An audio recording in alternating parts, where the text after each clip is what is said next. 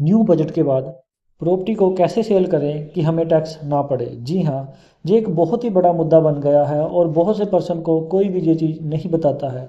ना ही गवर्नमेंट ये चाहती है कि आपको उन चीज़ों का पता चले जिस तरीके से आप अपना टैक्स बचा सकें। अभी क्या हो रहा है, बहुत से गवर्नमेंट प्रोजेक्ट या फिर कंपनियां या फिर इंडिविजुअल पर्सन जब कोई एक दूसरे की ज़मीन खरीद रहा है तो उसके ऊपर गवर्नमेंट टैक्स ज़्यादा काटती है। ये कैसे काटती है, तो इसको कैसे बचाया जा सकता है, प्लीज़ वीडियो को लास्ट तक देखें ताकि हम आपको बता सकें कि इस टैक्स से बचने के क्या तरीके हैं। कोई भी जब भी किसी की प्रॉपर्टी खरीदता है तो जो पर्सन प्रॉपर्टी बेच रहा होता है उसको उस साल जितनी भी वो इनकम आती है गवर्नमेंट उसको कैपिटल गेन की इनकम मान लेता है। मान के चलो कि एक पर्सन अपनी प्रॉपर्टी 30 लाख रुपए की बेच रहा है। जब भी वो उसको 30 लाख रुपए में बेचेगा तो वो 30 ही उसका कैपिटल गेन माना जाता है।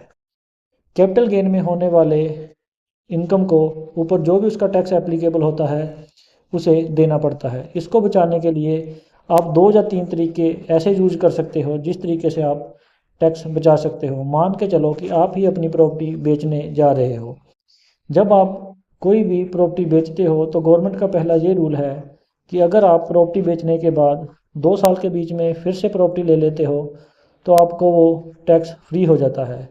जी हाँ, प्रॉपर्टी का पैसा प्रॉपर्टी में ही लगाया जाए तो 2 साल के बीच में आपको टैक्स फ्री हो जाता है। इसलिए कभी भी कैपिटल गेन से जो प्रॉफिट होता है 2 साल तक गवर्नमेंट उसका कोई भी नोटिस नहीं भेजती है और नेक्स्ट 3 ईयर तक वो आपको एक नोटिस भेजती है कि आपने इस साल इतने की प्रॉपर्टी बेची है और इसके ऊपर आपका टैक्स एप्लीकेबल होता है, तब आपको टैक्स पे करना पड़ता है। इसलिए पहला तरीका ये है कि आप उस प्रॉपर्टी को बदले कोई और प्रॉपर्टी खरीद लो जो आपको टैक्स ना पड़े। सेकंडली बात, जब कोई प्रॉपर्टी बेचता है तो मान के चलो कि उसकी प्रॉपर्टी 30 लाख के आसपास है, वो उसको एक ही साल में सेल करना चाहता है।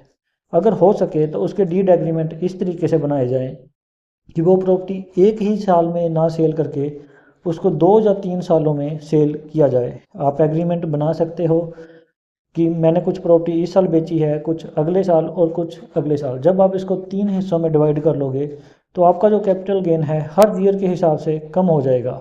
जब वो कम हो जाएगा तो अगर किसी पर्सन की सालाना इनकम कम है तो वो कुछ एक इनकम उसकी उस साल की एग्जैम्प्ट इनकम के साथ में एडजस्ट हो जाएगी और उसको टैक्स नहीं पड़ेगा।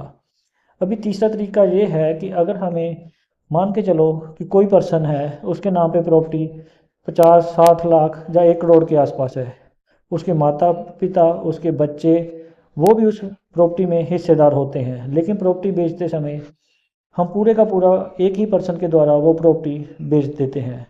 इसके लिए बेस्ट ये चाहिए कि अगर किसी पर्सन ने प्रॉपर्टी बेचनी है तो पहले वो प्रॉपर्टी अपने उन बच्चों या उन वाइफ के नाम पे करे जिनकी की ज़्यादा इनकम नहीं है। जब वो उनकी प्रॉपर्टी उसके नाम पर ट्रांसफ़र करेगा और फिर नेक्स्ट किसी और को सेल करेगा तो उसके बाद वो जो प्रॉपर्टी है वो 5 या 6 हिस्सों में बढ़ जाएगी।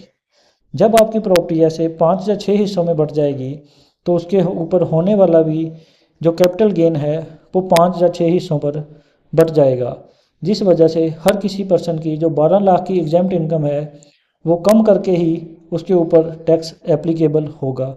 इस तरीके से जब आप प्रॉपर्टी का डिवाइडेशन करके बांटोगे और अपना टैक्स बचा सकते हो। यही एक कुछ एक तरीके होते हैं जिनको कि करके काफ़ी परसेंट टैक्स बचाते हैं और आपको भी इनका पता होना चाहिए।